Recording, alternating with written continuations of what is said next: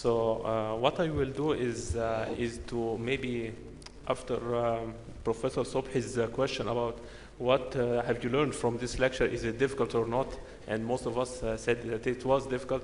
So I will try to reiterate what Professor Nawar has said in maybe a diagrammatic fashion. So I will not say anything new. Professor Nawar really made it very easy for me to proceed.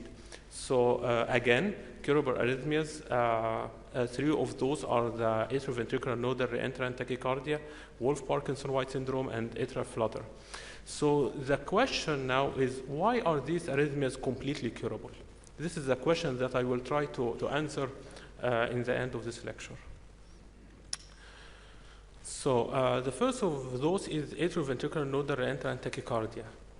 This is an animation of how it occurs. This is the AV node here. I think this one, okay, this is the AV node. Normally, we have only one input for the AV node, which is this fast pathway here. However, in 20% of patients, as Professor Nawar has said, there is another input into the AV node. This is called the slow pathway, which is usually posterior, as we see here. The problem is that you can see here the impulse can go over the slow pathway and then activate the AV node and then re-enter the atrium through the fast pathway and re-excite the atrium and goes back again in this fashion, producing this narrow complex tachycardia as we see here. We can notice that both the ventricle and the atria are activated simultaneously, and therefore you can only see a small retrograde A wave here. It's retrograde, by the way, because the atrial activation proceeds from below upwards, as we can see. So it is retrograde, it's not upright, as opposed to normal sinus rhythm. This is called AV nodal reentrant tachycardia. This is the mechanism in a diagram. So what do we do for this kind of arrhythmia? We introduce a catheter like this one, and we will show an animation of how we introduce this catheter. Its tip can produce radio frequency energy, which can heat the tissue up to 70 degrees centigrade, and it can cause what is called ablation of the tissue, like cauterization. This is an animation. This is the patient lying on the table, and this is the catheter. We introduce it into the femoral vein here. It proceeds up to the inferior vena cava, and this is a cut section of the heart. It goes through the inferior vena cava here, into the right atrium, and this is the AV node, and this is the tachycardia. Fast, slow, fast, slow, fast, slow, like this. And this catheter can deliver energy in a precise position in the slow pathway here. This is the ablation lesion, and what occurs is that the tachycardia is completely abolished. So now we don't have the tachycardia, and we have normal activation from the SE node, both atria, through the fast pathway only into the His bundle branches, and the ventricle. So now we transform this patient from a patient who has dual AV nodal pathways into one of our normal population with only the fast pathway. So why do we do ablation for this patient? It's quite easy. The acute success rate is above 95%, and the recurrence rate is very low. Complication rate, as we can see, is minimal, 0.2, 0.4%, very low. So it is a very safe procedure, very effective, very low recurrence rate, as opposed to antiarrhythmic therapy. So the next arrhythmia is Wolff-Parkinson-White syndrome. Professor Nawar explained it in a very nice way. This is an animation again. Notice here, this is the AV node. There is an accessory pathway here connecting the right ventricle and the right atrium. And so what occurs is that conduction from the SE node, the ventricle, and then through the accessory pathway fast here, it activates most of the ventricle before the AV node can conduct the impulse. And this produces this delta wave here. And then both ventricles are activated by the two pathways. We can continue like this. And then we have a complete activation of all the ventricles, thus finishing the QRS complex. What can occur is that a premature impulse, as Professor Nawar has said, can block in the accessory pathway and only travel through the AV node. And when this occurs, the QRS becomes narrow because it conducts only on the normal pathway. And then it can hear the block. It activates in a normal fashion.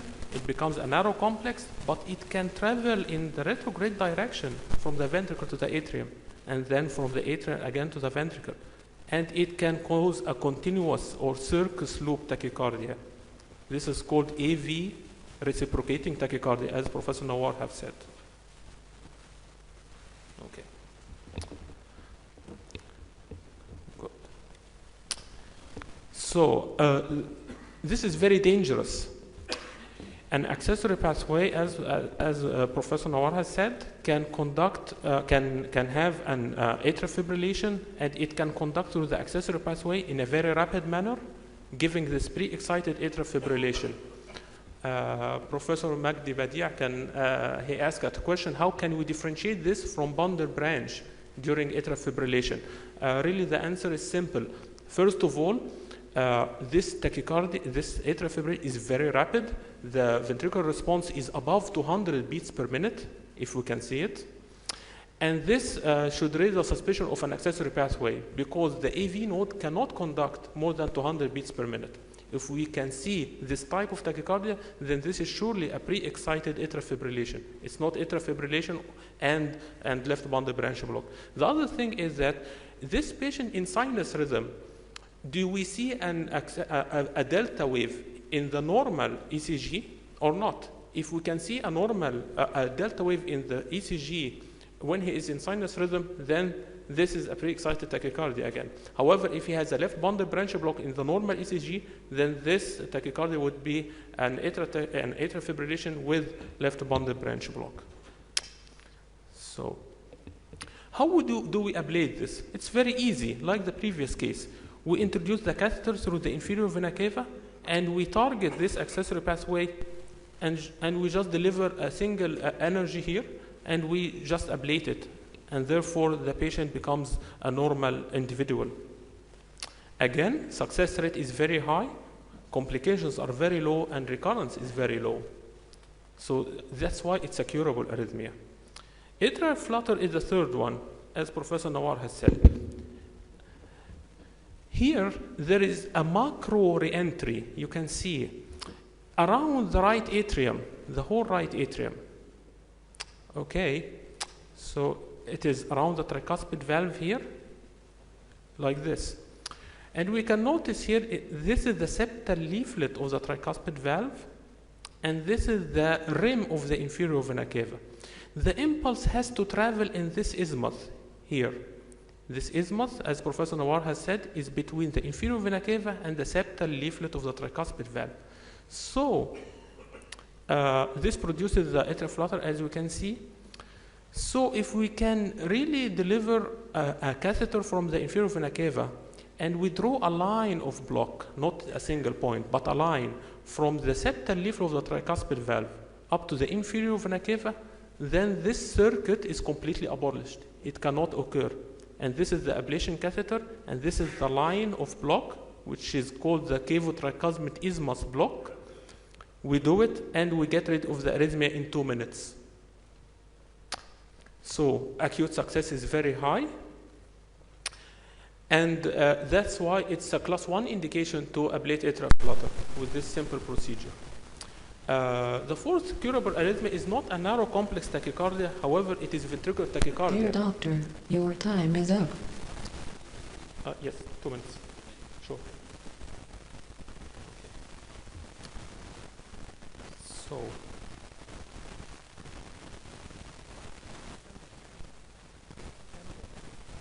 Okay.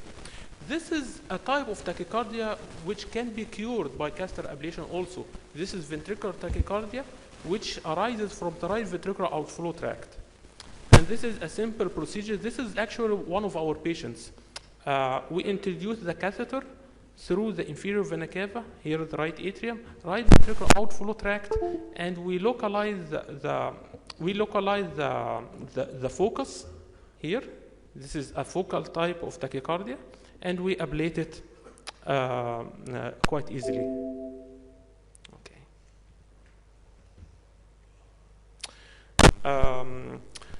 And this is the recommendation for ablating this type of tachycardia, which is the right ventricular outflow tract tachycardia. If this patient presents with syncope, or he has a fast VT, or he has short coupled VT with R&T phenomena, or very frequent VPCs. And the success rate for this type of tachycardia is around 90 to 95% of patients, with a recurrence rate is of only 5% as opposed to antiarrhythmic therapy. So, to answer the question, why are these arrhythmias completely curable? First of which, the ablation targets are very well defined electrically. We can really target these electrical signals very good. And also, they are very well defined anatomically. It is as the similar anatomy from every patient to the other makes this procedure very successful. And also, the ablation targets are easily accessible. We can access them, most patients, from a right-sided heart catheterization through the femoral vein with no arterial puncture. And that's why RF, radiofrequency ablation, has emerged as one of the few medical interventions that can offer complete cure from disease states that can significantly impair morbidity and mortality. And I'm fortunate to say that now at the ICC, we have a state-of-the-art EP system from St. Jude Medical, which can really do this job in a very good way. And thank you very much for your attention.